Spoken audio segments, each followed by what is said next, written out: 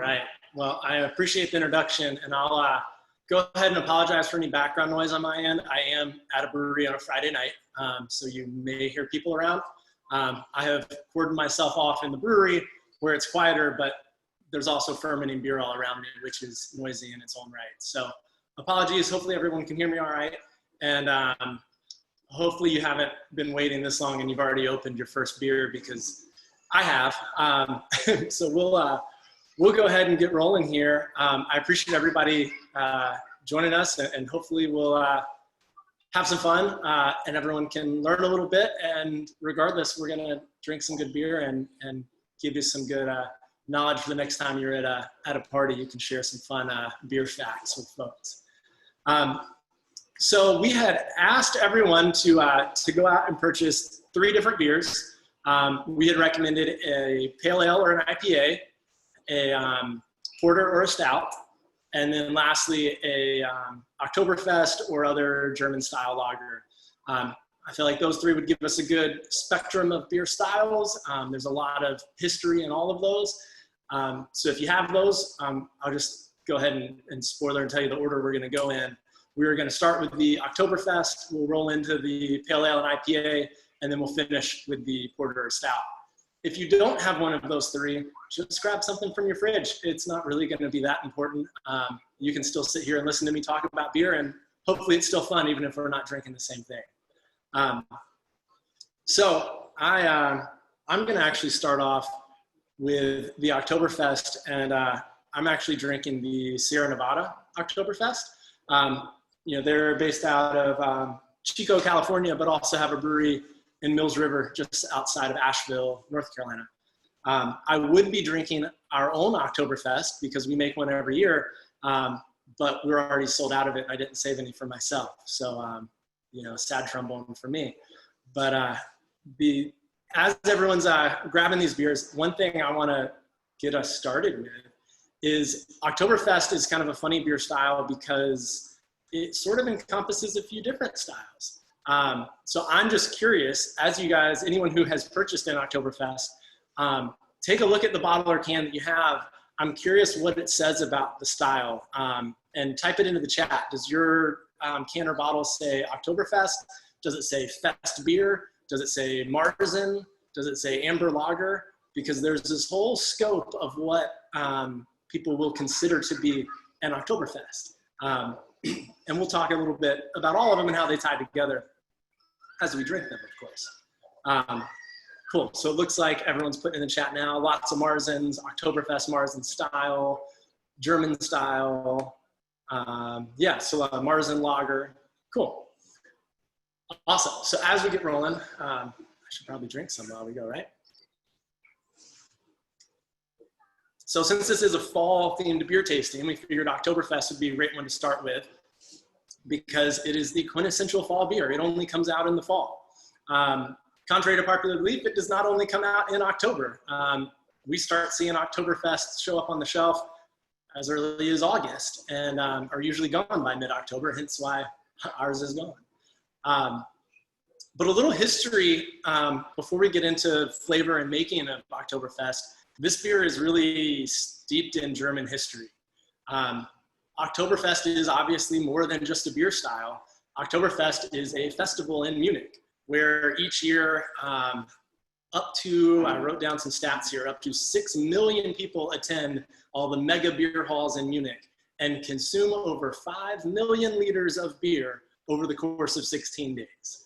The funny thing is how we got to that point where we have this huge festival in Munich and also Oktoberfest events all over the world. We throw a Oktoberfest event here in our beer garden every, at the end of September every year as well.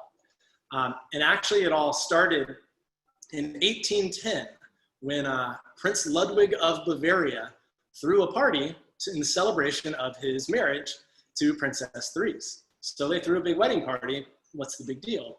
What made it really unusual though was that they invited the general public to attend this celebration. And at the time, that was fairly unheard of. Nobles are not gonna mingle with us general public, but they did. They invited everyone, and approximately 40,000 Bavarians attended their wedding celebration. So I don't know about anyone here, but that was certainly a lot bigger than my wedding reception. And thus that started the Oktoberfest event that we have been celebrating for over 200 years. It continued each year and got bigger and bigger and became just a celebration of life and fun across Bavaria and Munich, all across Germany, and has spread worldwide. And then now we have big major German beer brands sponsoring Oktoberfest and trying to make it a big worldwide holiday because they make a lot of money that way. So that's where the festival came from, but what does that have to do with beer? How did we go from that festival to having beer called Oktoberfest? As I'm sure you can imagine, they did drink beer at that festival. Originally, the idea of the festival was really more centered around horse races, but that's kind of fallen off, and now you've got food and beer vendors, and it kind of slowly built up from there and has become very much a drinking beer festival. But there is a certain style of beer that's associated with it. Back in the early 1800s, the beer that they would have been drinking at this Oktoberfest festival would have been a Marzen. Now, Marzen, if you directly translate it, it means March, which may seem odd. Why are we drinking a beer named after March in October? Well, that also has some history. This was pre-refrigeration, and so brewing in Germany would only happen in the colder months. You couldn't brew beer basically from April to August. So the last beers of the season that were brewed in March, and they were typically amber lagers, a little bit stronger than some of the normal beers they were making, and they would last throughout the summer until they could start brewing again in the fall. So Oktoberfest sort of celebrates the end of the Marzen and start of the brewing season, as it were. And so the Marzens were these amber lagers that were brewed in March and consumed all summer long into the fall. And Marzens themselves predate the Oktoberfest festival probably by hundreds of years. It's been brewed in Germany for ages. So let's actually talk a little bit about the beer we're tasting more than just what's in the history books. So I don't know how well you can see my screen, but I imagine everyone's beer probably looks similar to what mine looks like. Sierra Nevada's is a little bit lighter on the spectrum. And one of the reasons I asked what's on the label, and as you can see on this one, it doesn't actually say Marzen anywhere, it just says Oktoberfest. And there's been a little bit of skewing and separation of the two styles over the years.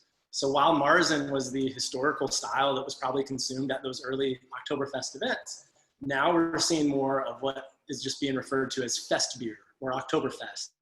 And it's this sort of, I don't want to say simplifying, but it's taking the Marzen style and making it lighter. It's a little bit lower alcohol. It's a little bit lighter in color. It's not quite as sweet. It's going to finish a little bit drier.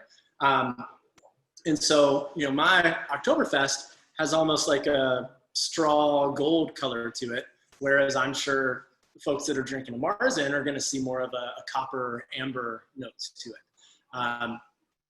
And really the difference is going to be not only that color, but in a true Marzen, what you're going to get is going to be a little more caramel, a little toffee. You might get a little bit of almost like a biscuit crackery flavor to it. You're still going to get those malt-derived notes from an Oktoberfest or a fest beer. It's still a very malt-dominated drink. And so to explain kind of what I mean by that, in beer, we have a few main ingredients. Obviously, water is 99% of what you're drinking. But we're also using grain, usually malted grains, hops, and then we use the yeast to ferment.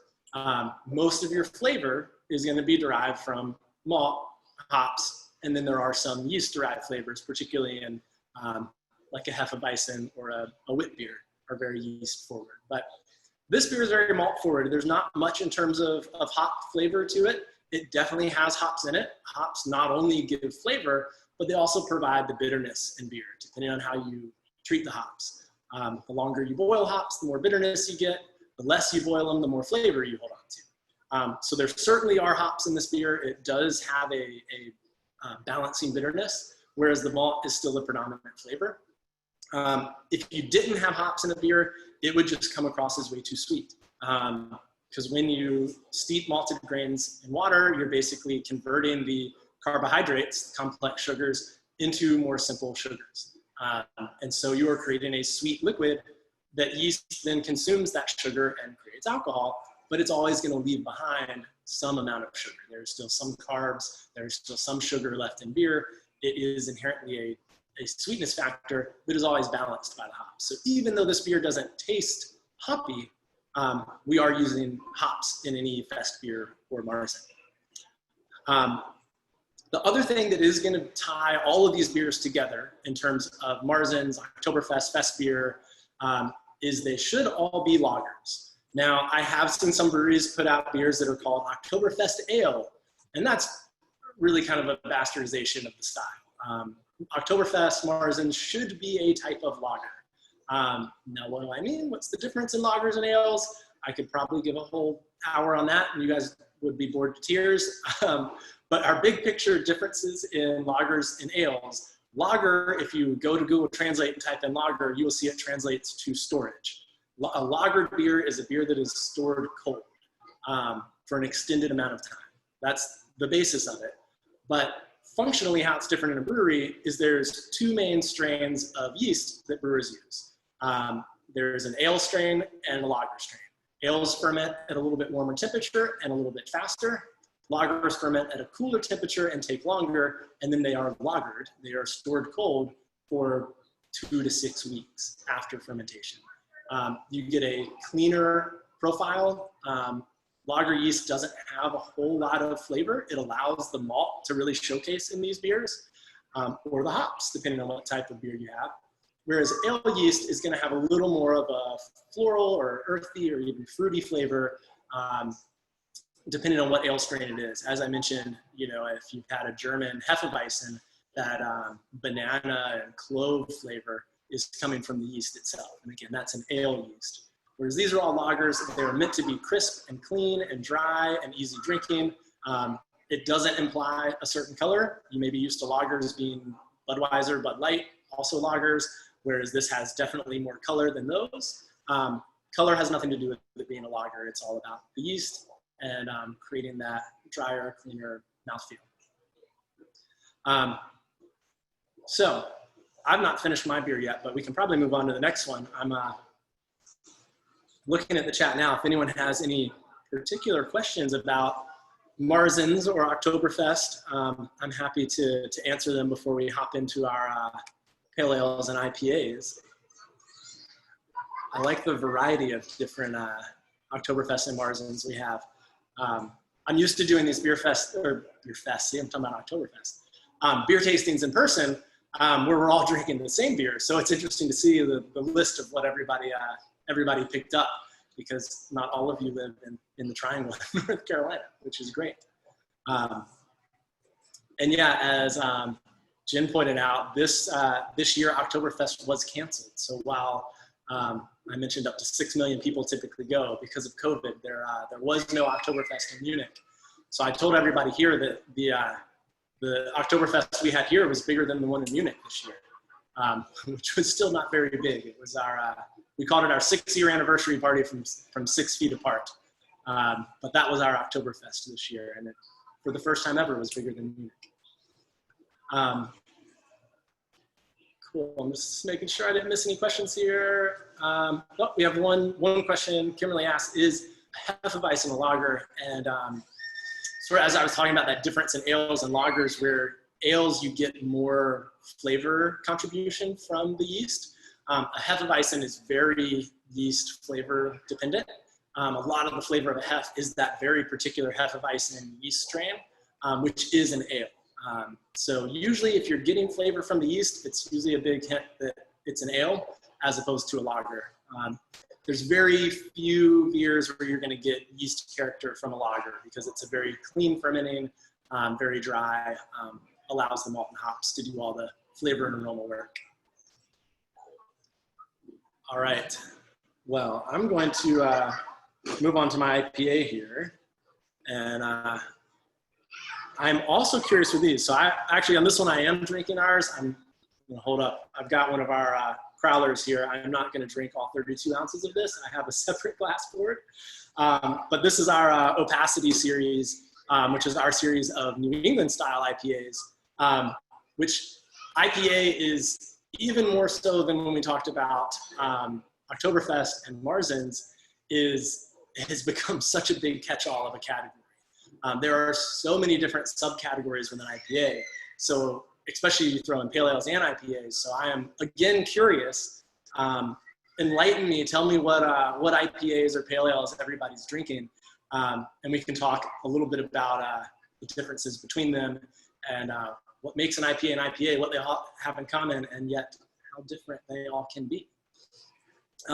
So while you guys are grabbing your beers and filling out and telling me what they are, I will give a little bit of history on IPA because it is also one of those beers that does have a fairly deep history and often a history that often has a lot of folklore involved in it. You'll often hear stories of the India Pale Ale was when ships were going to India and their ship was sinking, so they unloaded all the barrels of beer, so the ship would float and the beer washed up on shore, and that became the IPA.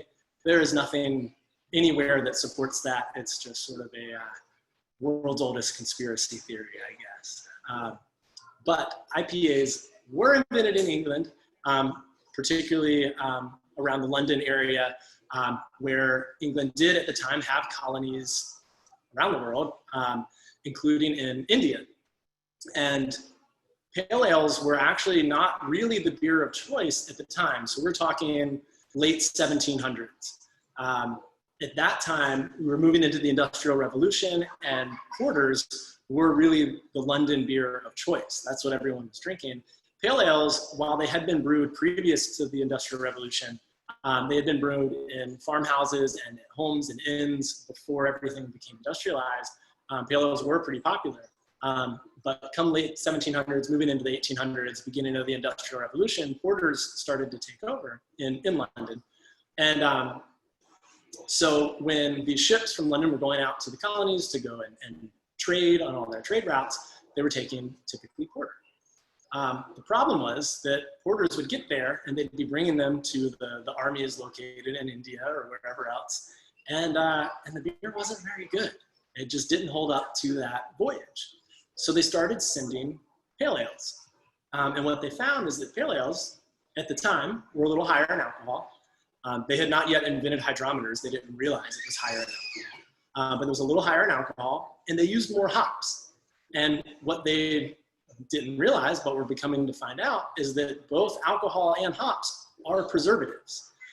They will keep things from spoiling. Bacteria doesn't like being in an alcoholic solution. Bacteria doesn't like growing when there are hop compounds. So these pale ales that they were sending from England to places like India showed up and were, at that time, it was a 9-month voyage. You had to cross the equator twice to go from England all the way to India. So these beers were brewed and put in barrels and sloshed around on ships, hot and cold, for 9 months. They needed something that would last. So pale ales became the beer of choice. The reason they were sending beer was not because beer was a valuable trading item. Mainly they sent it because they knew a bunch of it was going to get drank on the way. And the armies that were in India, they kind of missed beer from back in London. So they basically were sending beer out, but really they were going there to collect from the Chinese India trade routes much more valuable things like silk and cloves and bring them back to London. The beer was just sort of a side thing. And the term India Pale Ale really didn't come into context for a while. London was sending pale ales out that way, and it wasn't until around, the earliest reference to India Ale wasn't until 1827. So this trade had been going on for decades before you started to see the term India Ale. And it really didn't become differentiated from pale ales into the IPA, the India Pale Ale, until pale ales started becoming more popular in London again. We'll talk a little bit about porter and why it sort of fell out of fashion. But there was a shift back to pale ales, and the India Pale Ale became marketed in London and started to take on its own use. So I'm going to scroll through here now. I see everyone's told me all sorts of IPAs that everyone's drinking. We've got, oh man, all sorts of stuff. Fortnite, Rogue, Dogfish Head, Founders, Wicked Weed, Sierra Nevada, Full Steam. Hey, we got someone else drinking Opacity. There we go. So great. You guys have a wide range. Hop on Top from Linville. That's a great, Linwood. That's a great one. Awesome. So we've got lots of types of IPAs. I would say, looking at that list of IPAs, we have several different types of IPAs. So as I mentioned, the history of IPA is very much a London thing. But IPAs these days is very much owned by the US.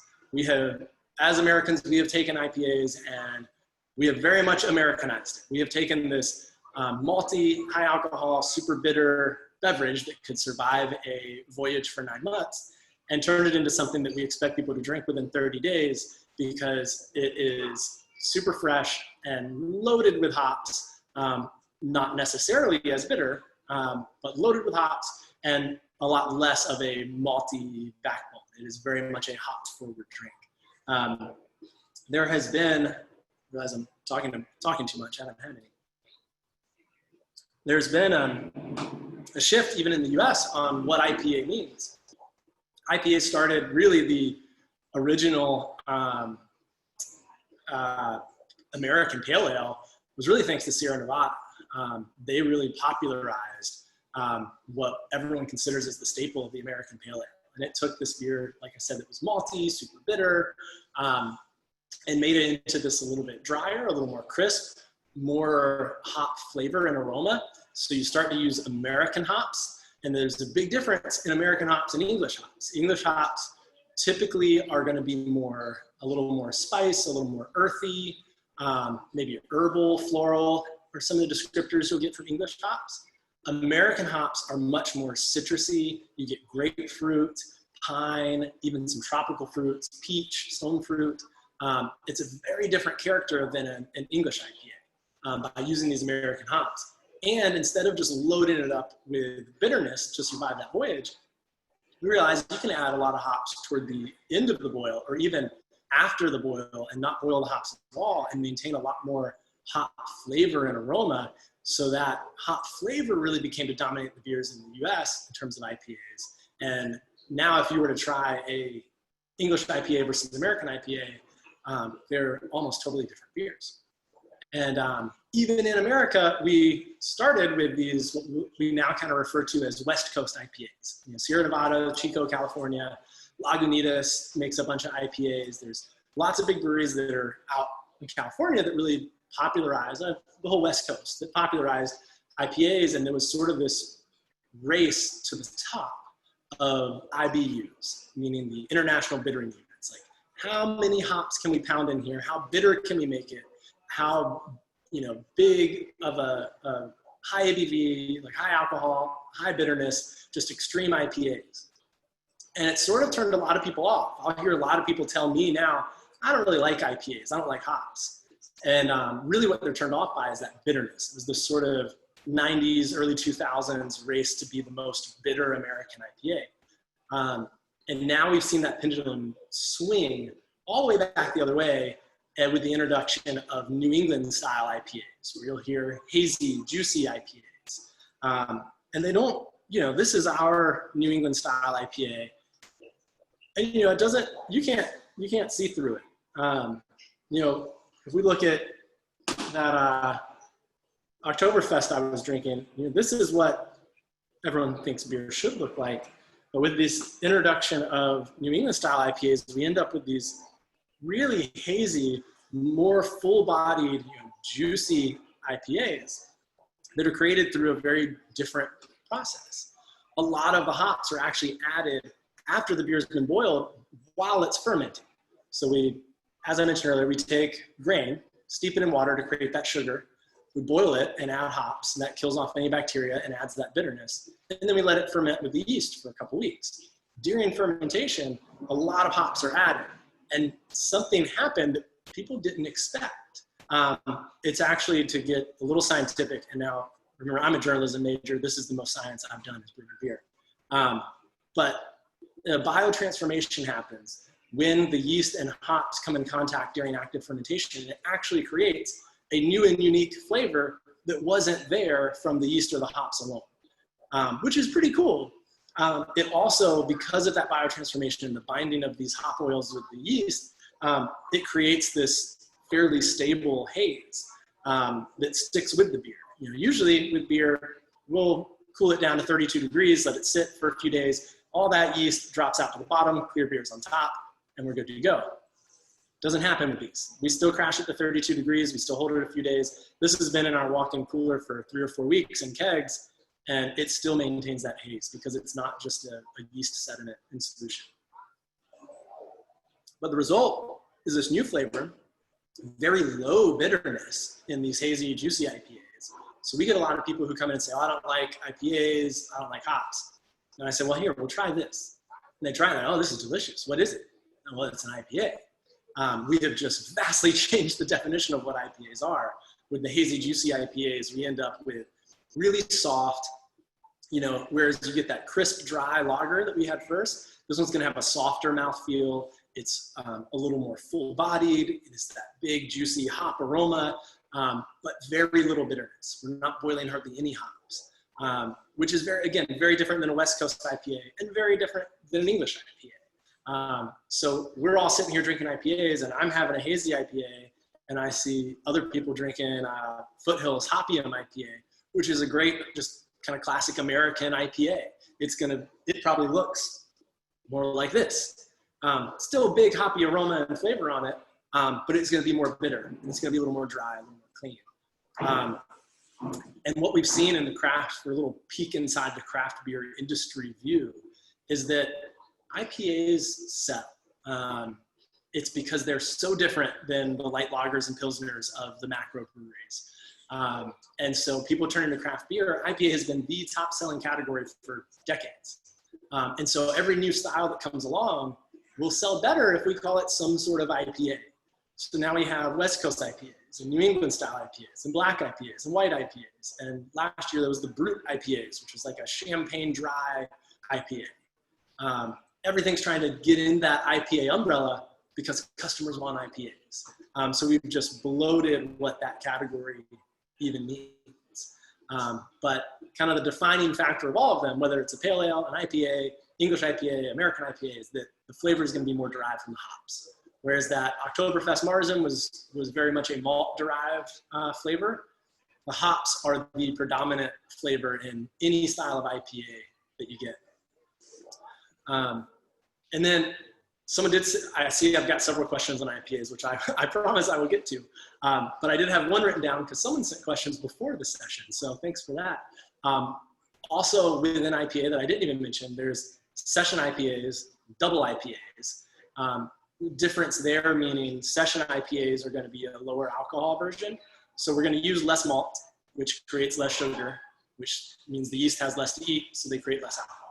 So it's going to be a little lighter bodied. It's going to have a little less warmth to it from the alcohol, but still very hop forward. We're thus going to use a little bit fewer hops when doing a session IPA because, again, it's all about that balance between malt and hops, sweetness and bitterness. So if we have less malt, less alcohol, we need to bring down the hops just a little bit, but there's still the predominant flavor there. And then the inverse is the double IPA. We're going to use more malt to create a higher alcohol beer. We're talking IPAs that are 8-9% ABV or higher even. So these are a lot more malt. And so they end up, even on a West Coast double IPA, it is going to be a little sweeter. You're going to get a little more of that crackery, biscuity malt flavor with it. And then we just have to increase the hops even more to match that. So if you want something a little sweeter, a little more alcohol, a little more crackery, malty, those double IPAs are great. If you want to be able to have a few of them, you want something a little lighter bodied, a little drier, session IPAs may be the way to go. All right, I will run through the questions. I see one that actually just came in, which is about yet another style of IPA that I have not mentioned. Bob asked about how do you define a milkshake IPA, which is very much a trendy new style. The defining characteristic of a milkshake IPA is the use of lactose. So lactose sugar, milk sugar being added into it. The interesting thing about lactose is that typical brewer's yeast cannot ferment lactose. It is considered an unfermentable sugar. So when you add lactose to a beer, it's not going to turn into alcohol. It's just going to remain as sugar. So milkshake IPAs are even more full-bodied than just a typical juicy, hazy New England IPA. Even more full-bodied, even more sweeter, That's, see, I'm a journalism major, I'm messing this up. Big sweet IPAs, and then a lot of times to balance that, in addition to the hops, a lot of people will add different fruits to the milkshake IPA and have a peach milkshake IPA, fruits that are complementary to the hop flavors. So as I mentioned, grapefruit, peach, any different stone fruit, tropical fruits. I've seen, guava, some berries, raspberries, grapefruit, all added into IPAs, particularly milkshake IPAs. And I will say the American palate has definitely shifted more towards sweetness, like we've seen with IPAs.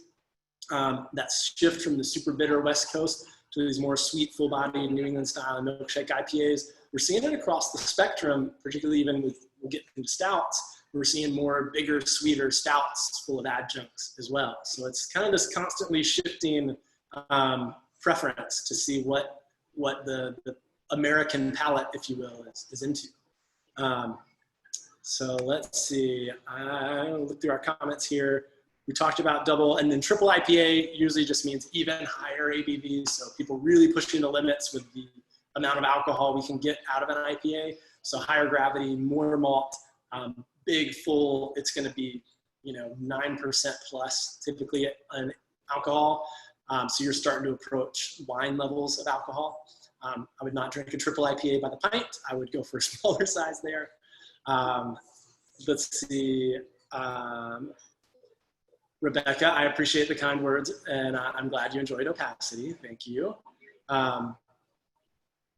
So for an IPA, Jennifer asked, for an IPA that's not grapefruit forward, what would you recommend?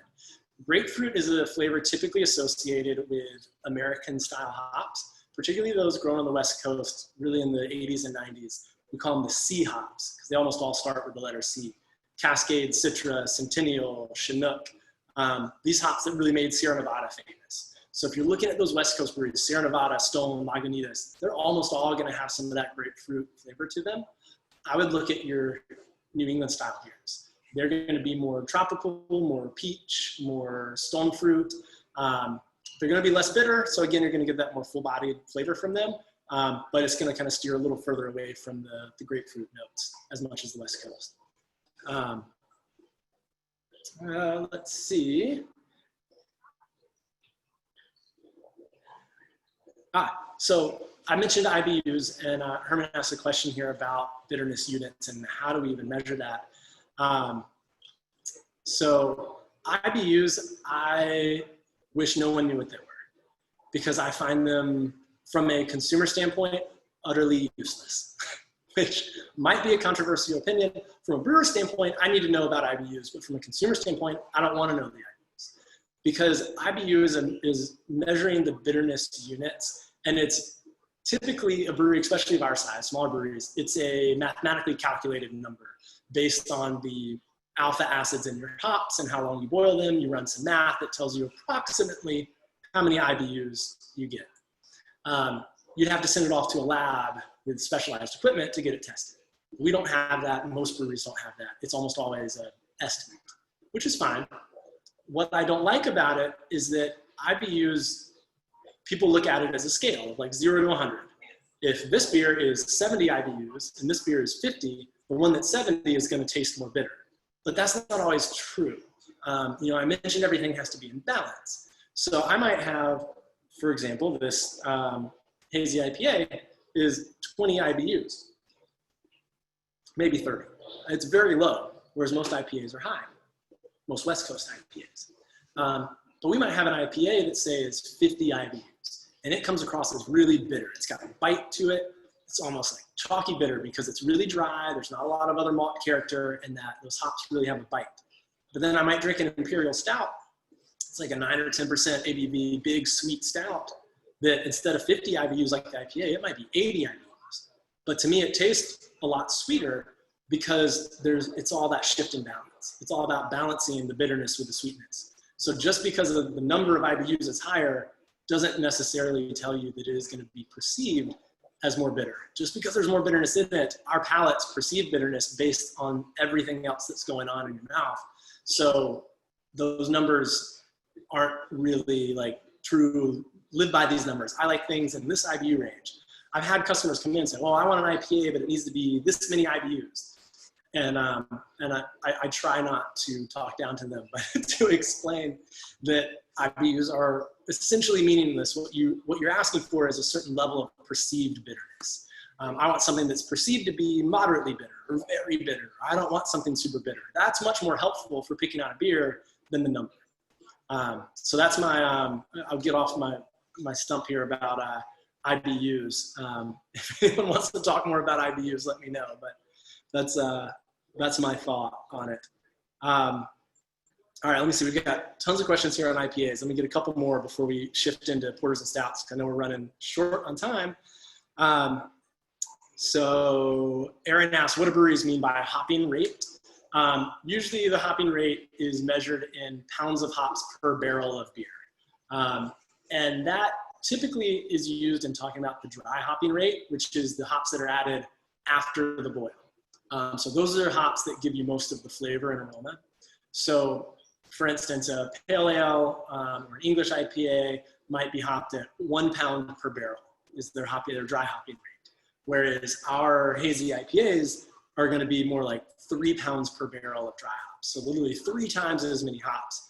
But that's what they're talking about in terms of hopping rate. It's just how many pounds of hops you're using in a barrel of beer. And I should clarify that a barrel is an actual measurement in a brewery. It's not just how much fits in this particular wood barrel. A barrel is 31 gallons. So 31 US gallons is equal to 1 barrel of beer. So we use barrels as measurements. All right, I know there's lots of other questions coming in on IPAs. I'm gonna keep rolling because we haven't gotten to our stouts. And if we have time, we'll keep talking IPAs. As I mentioned, everyone loves IPAs. They're the most popular style for a reason. All right, so porters and stouts. Again, another really big category. We wanted to keep it fairly big, fairly open, because I didn't want to tell everyone you have to find a very particular beer.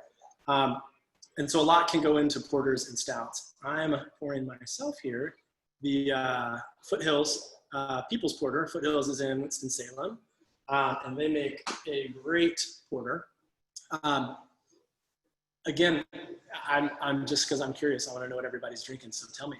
And Founder's Porter, that's one of my favorites. I'm gonna stop staring at the chat and tell you a little bit about porters. Porters and stouts, again, really came about around that Industrial Revolution in London. It sort of took the throne away from pale ales at the time. They were typically, historically made using almost exclusively brown malt. So they're taking malted barley and they're putting it in a kiln and getting it to turn brown. So to do that, you have to basically heat it up over an open flame. So you're using wood, basically.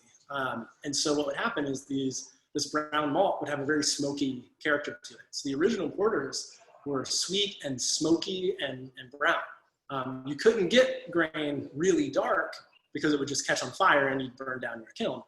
So it was really more of a brown malt. And so porters, this porter is, you really see, it's a very dark brown, almost black. This wouldn't have existed in the late 1700s. They got their name because they were popular with the street and dock workers at all of London's ports. It was kind of the original, working man's beverage. So they called them porters. But porters really changed a lot pretty quickly during the Industrial Revolution. First, the hydrometer was invented in 1770. Hydrometer is what we use to measure the specific gravity of a beer.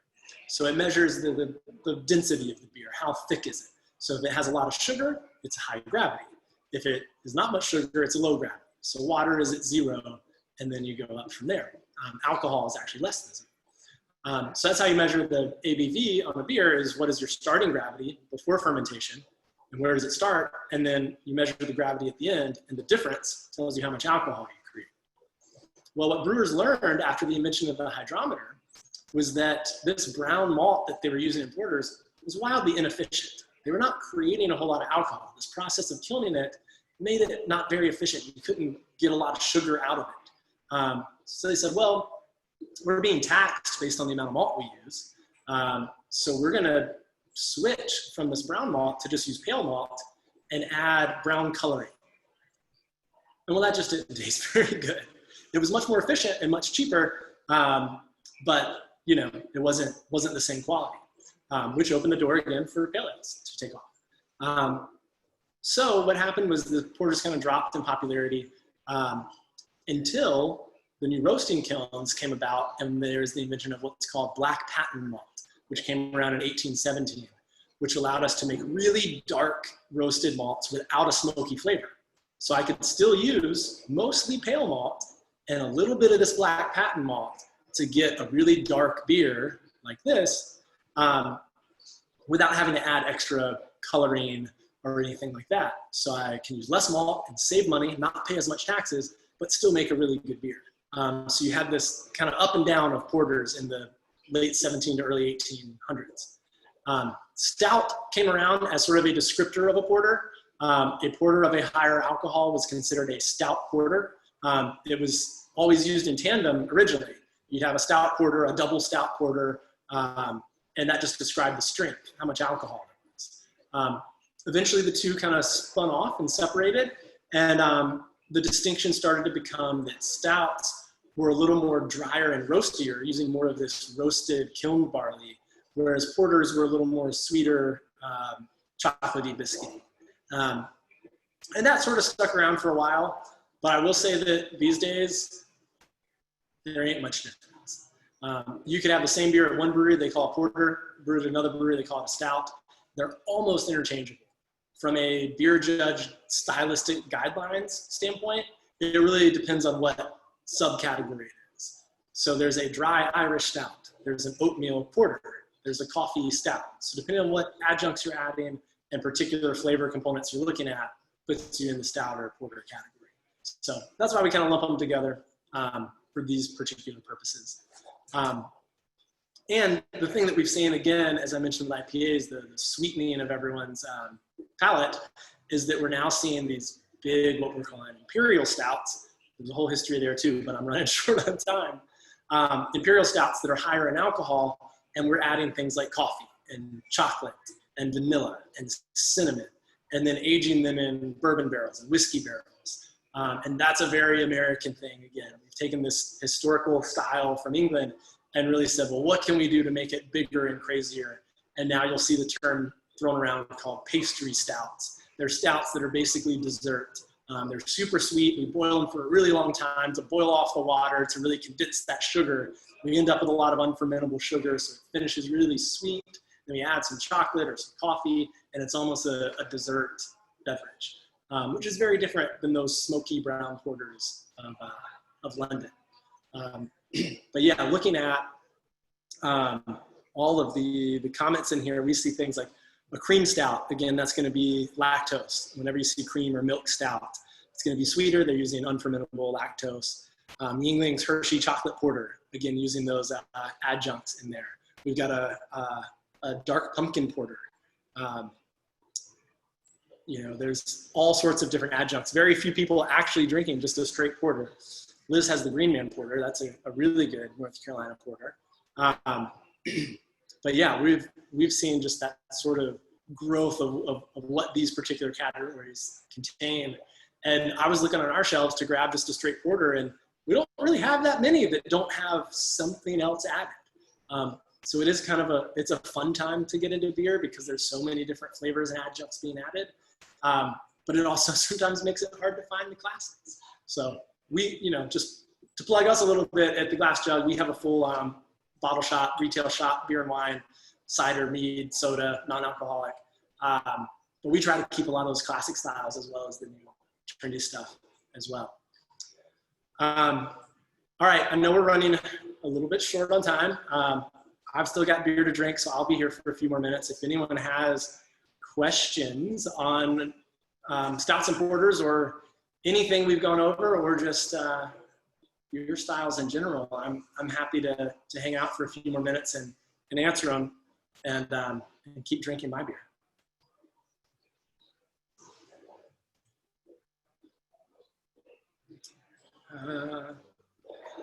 Well, while people put their last minute questions in, I'm just going to take a minute and say thank you so much to Chris. We've really appreciated this. I've learned a lot, and has been just a really fun experience and a great way to start the weekend. Want to again thank all our GA members for being here and everyone else. We really appreciate it. Because of your membership, we get to do stuff like this. This is actually going to be our, I think, our last official event of Heels at Home. We're going to be doing some home tailgating tomorrow for the game, so you feel free to participate in that. Sorry, that was my dog yawning. Yeah, we're going to say thank you again to Chris. And again, we got a couple more questions here in the chat, and we're going to go until probably about 7 or a little after. So feel free to put your questions in. Chris, I'll start you off on this one. What was the first beer you brewed on a large scale? The first beer we brewed on a large scale was our Irish Dry Stout. We opened in this space, as Jack mentioned. We opened originally as a bottle shop in 2014, moved into the space you see here, added the brewery behind me in February of 2018. Thus, St. Patrick's Day was up and coming, and I had an Imperial Stout that had actually 2 years, well, had won 2 different big statewide competitions as best in show. So I said, well, we got to start with this, and we released our first beer, which was a dry Irish Stout, on St. Patrick's Day. So that was the first one we did on a big scale.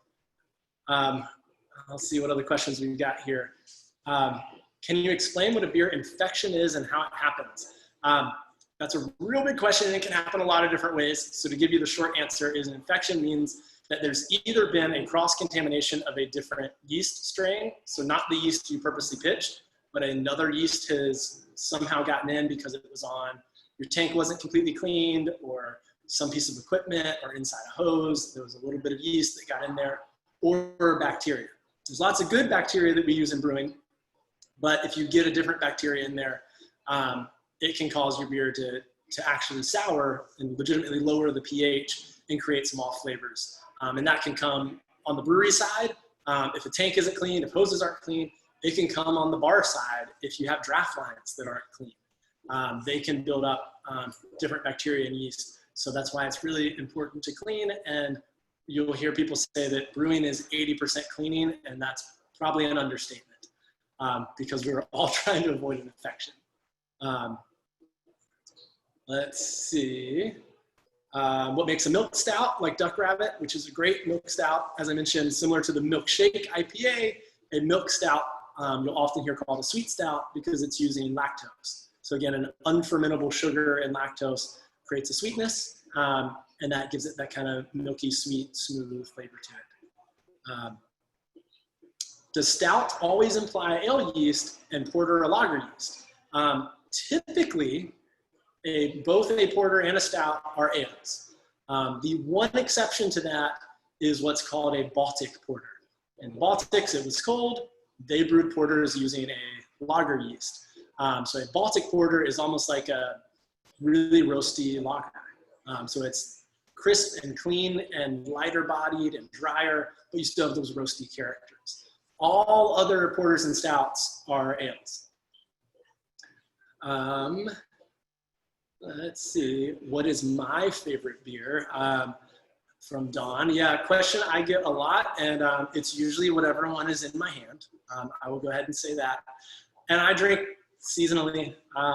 In the summertime, I'm drinking Pilsners and lagers. And then in the kind of winter, I get more into porters and stouts, heavier, darker beers, roasty beers. And I drink IPAs a lot. Probably what I drink most of is IPAs. But it's hard for me to say I have a favorite. Particularly with our beers, I always tell people it's like picking your favorite child. So I'm going to have to decline to give an answer on that. Let's see, we answered that one. Jennifer asked a good question. So I said, I love coffee stout, but not necessarily a coffee blonde. I'm thinking it's the combination of flavors. but could anything else explain it? Typically in a coffee stout, you're using coffee to help accentuate the existing roast character of the malt. So you're gonna get a more roasty, almost astringent, stronger burnt flavor to it. Whereas in a blonde ale, where you're not using any roasted malts, if they'd added coffee to it, the coffee really kind of contrasts with what would be a lighter beer. So it's going to be a little less roasty and maybe a little less harsh. So it could just be the coffee stouts are just too roasty. And a lot of times with stouts and coffee, again, to IBUs, we're calculating based on hop bitterness, but both coffee and roasted malts add bitterness. So it could be a bitterness thing as well, because the blonde ale is going to be a little less bitter. Aaron asks, how has your brewery transitioned to competing with the canned cocktails like Truly, White Claw, etc.? Yeah, so we actually, you guys, if anybody, will appreciate this story, and I'll try and make it quick so we can get to more questions. But it was last, I guess not this past basketball season, but the one before, pre-COVID, full basketball season. And Carolina was playing Duke, and we were playing terribly, and we were getting beat. And I had a buddy who's a bartender here, and he had been begging us to brew a seltzer, like a hard seltzer, like a Truly or a White Claw. And I was like, man, it's not beer. Why would we do that?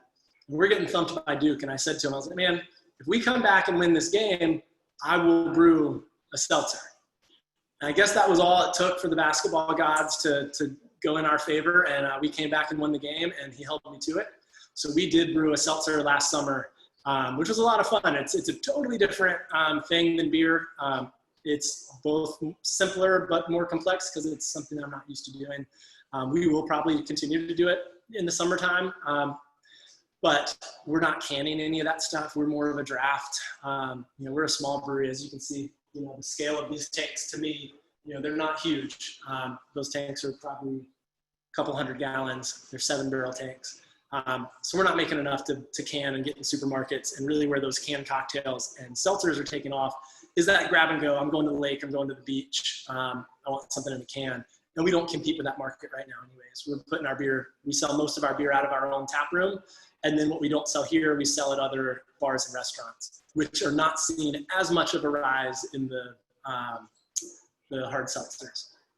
But to that point, we are still making lots of summery type beers. We do fruit beers, we do lagers and pilsners, and we are gonna probably keep doing seltzers in the summertime because it did go well. And I think maybe because it was just different and nice to get one on draft because you don't see them on draft that often, but that is something we probably will keep doing.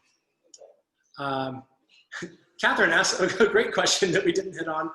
Jack gave a great intro, but where is your brewery? We're located in South Durham. So we are near the airport, RTP, right on the edge of the Research Triangle Park, just south of I-40 on Highway 55, for anyone who's familiar with the area. So we're about a 20-minute drive from downtown Chapel Hill or downtown Raleigh, about 15 minutes south of downtown Durham, which is great. We get people from all over the place and traveling in and out of town. Chris, I think we got time for maybe one or two more, and I'm actually seeing one that I resonate with. How do you, I'll paraphrase, but how do you transition from a beer idiot to knowing what you're talking about? I guess the same way you transition to not being an idiot about anything. Drink a lot of beer. For me, it was just getting exposed to a bunch of different styles. Go into a place like the Glass Jug when it's not a Friday night and we're just serving pints. Come in on an off time at noon on a Saturday, or when we open on Sunday, or on your lunch break, and pick the bartender's mind and talk about, what are they drinking? What's popular now?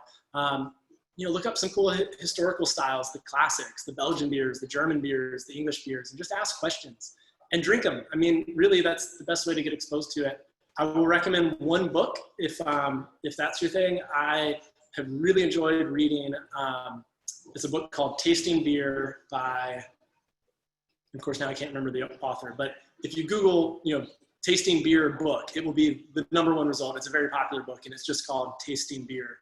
And if anyone's interested, I can get the full name and author to you later, but that's definitely a great place to start. It's written for anybody. You don't have to be, it's not written like a textbook. It tells some great stories. Actually, some of the stories about porter and stout and pale ale that I told, I probably originally learned from that book. But that's a good place to start too, because it reads more like just a fun story than it does a textbook, which you don't really want to be reading a textbook about beer. Great. It looks like Randy Mosier. Does that sound right?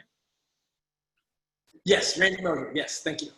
Great. Awesome. Well, I think that's, unless there's any other final last minute questions, just want to again say thank you so much to Chris for your time. And again, check out the Glass Jug in Durham anytime you're in town. And thank you all for being here tonight. And I hope you have a great rest of your weekend. Awesome. Yeah, thanks for having me. We'll do it again.